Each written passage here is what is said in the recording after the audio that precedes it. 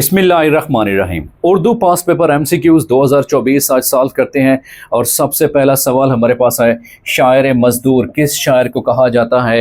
احسان دانش صاحب کو شاعر مزدور کہا جاتا ہے۔ اور اسی طرح سے اگر یہ سوال آئے کہ شاعر شباب اور شاعر فطرت کس کو کہا جاتا ہے؟ شاعر شباب، شاعر فطرت اور شاعر خمریات کسے کہا جاتا ہے؟ تو یاد رکھیے گا، شاعر شباب، شاعر فطرت، شاعر خمریات جوش ملی آبادی صاحب کو کہا جاتا ہے۔ جوش ملی آبادی صاحب کو کہا جاتا ہے۔ شاعر انقلاب بھی انہیں کہا جاتا ہے، یاد رکھیے گا۔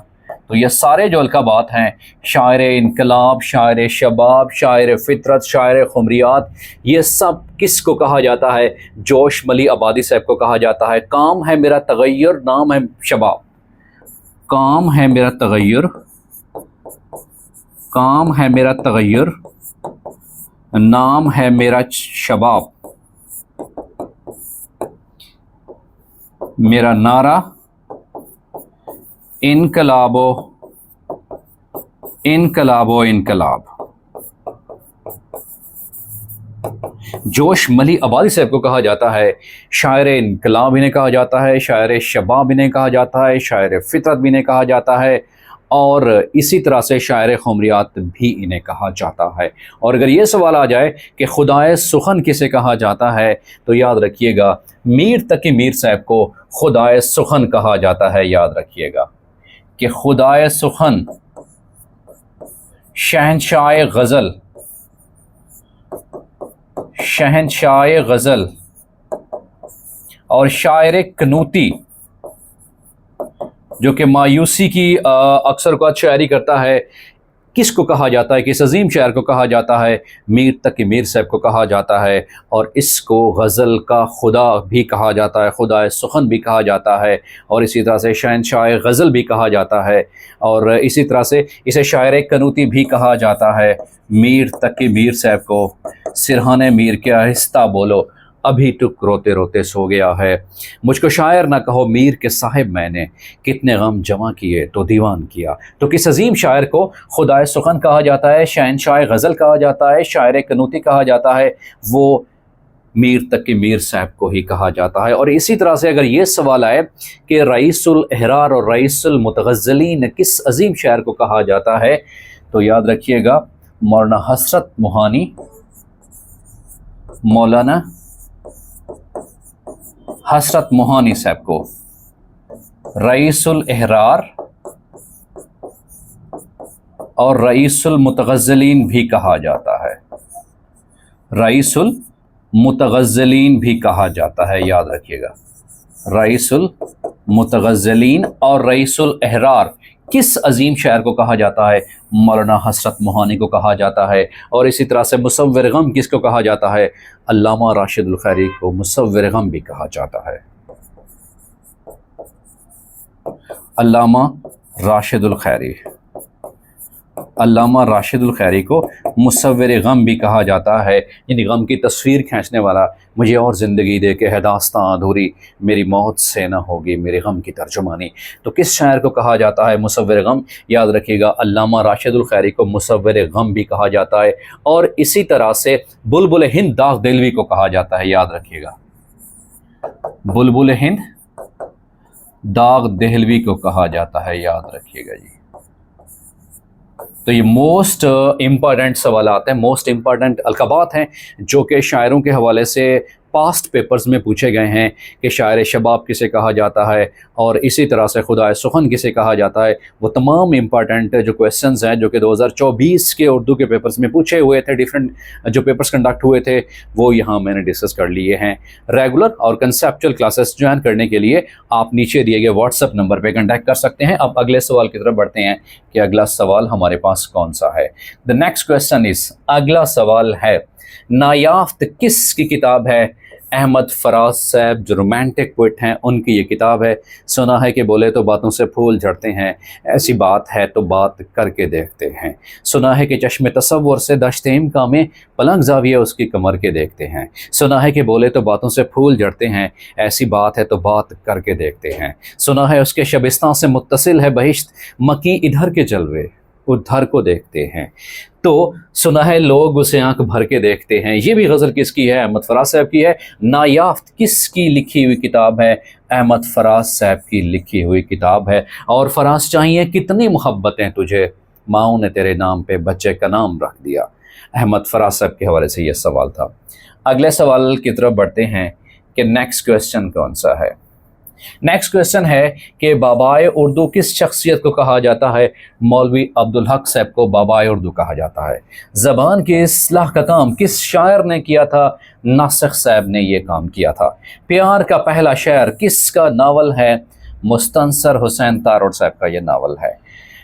مکھڑا اور مکھی کس کی نظم ہے؟ یہ علامہ اقبال صاحب کی نظم ہے، اور جنہیں الہامی شاعر بھی کہا جاتا ہے، شاعر مشرق بھی کہا جاتا ہے۔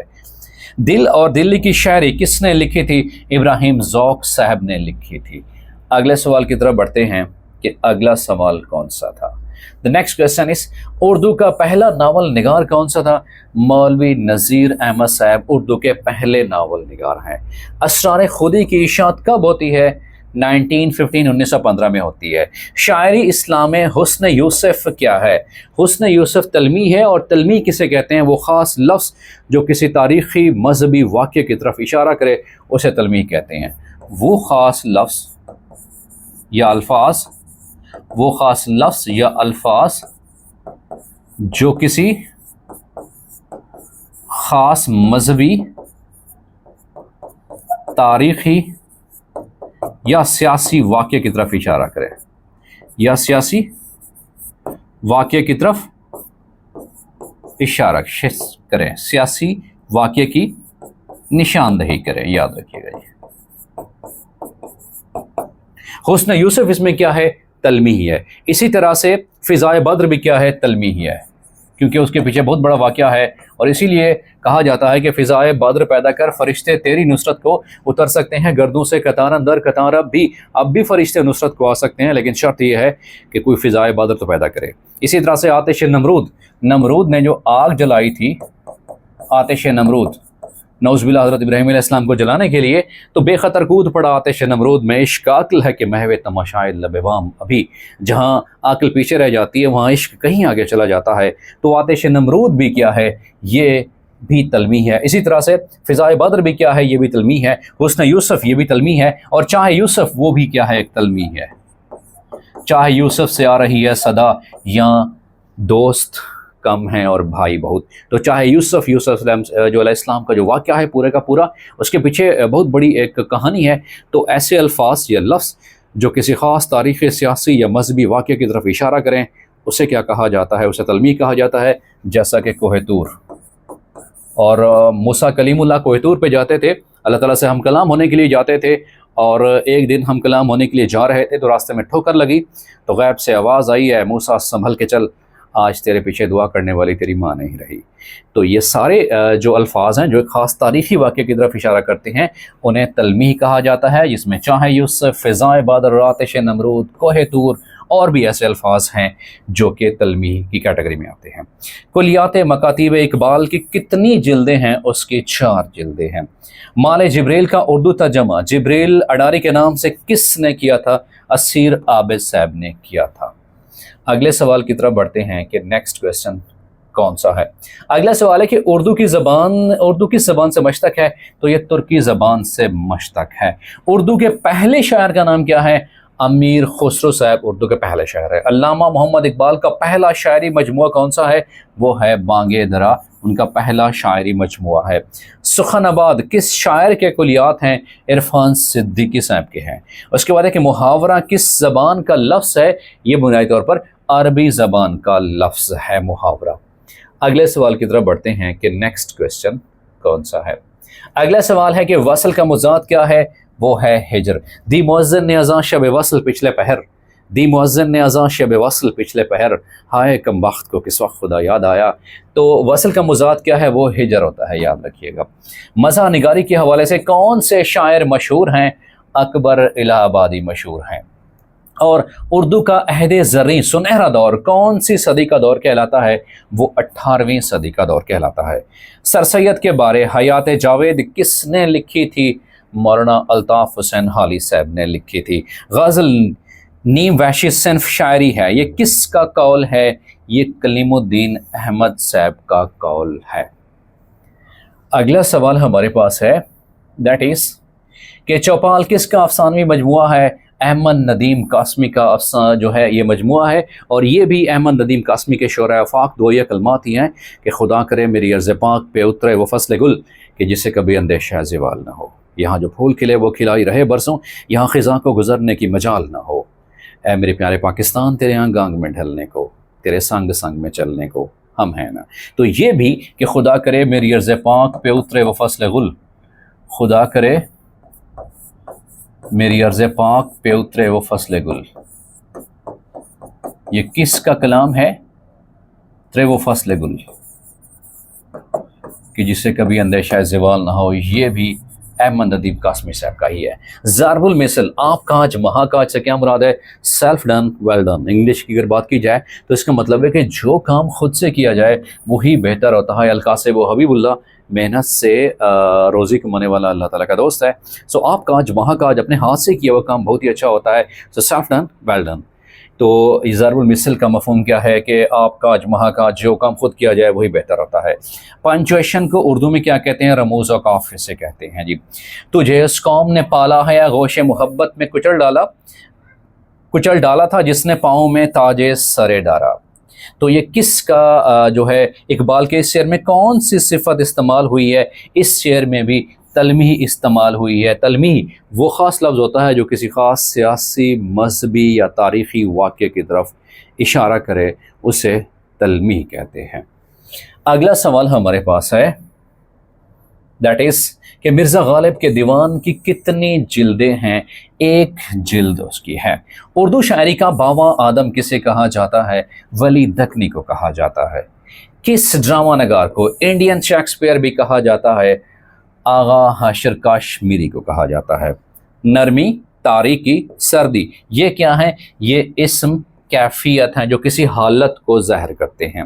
نہ منہ میں دانت نہ پیٹ میں آنت، تو یہ جو مثل اور یہ جملہ مکمل کرنے کے حوالے سے جہاں پہ فل ان دی بلینکس میں جو درست لفظ تھا کہ نہ منہ میں دانت نہ پیٹ میں آنت، اس کا صحیح جواب ہے۔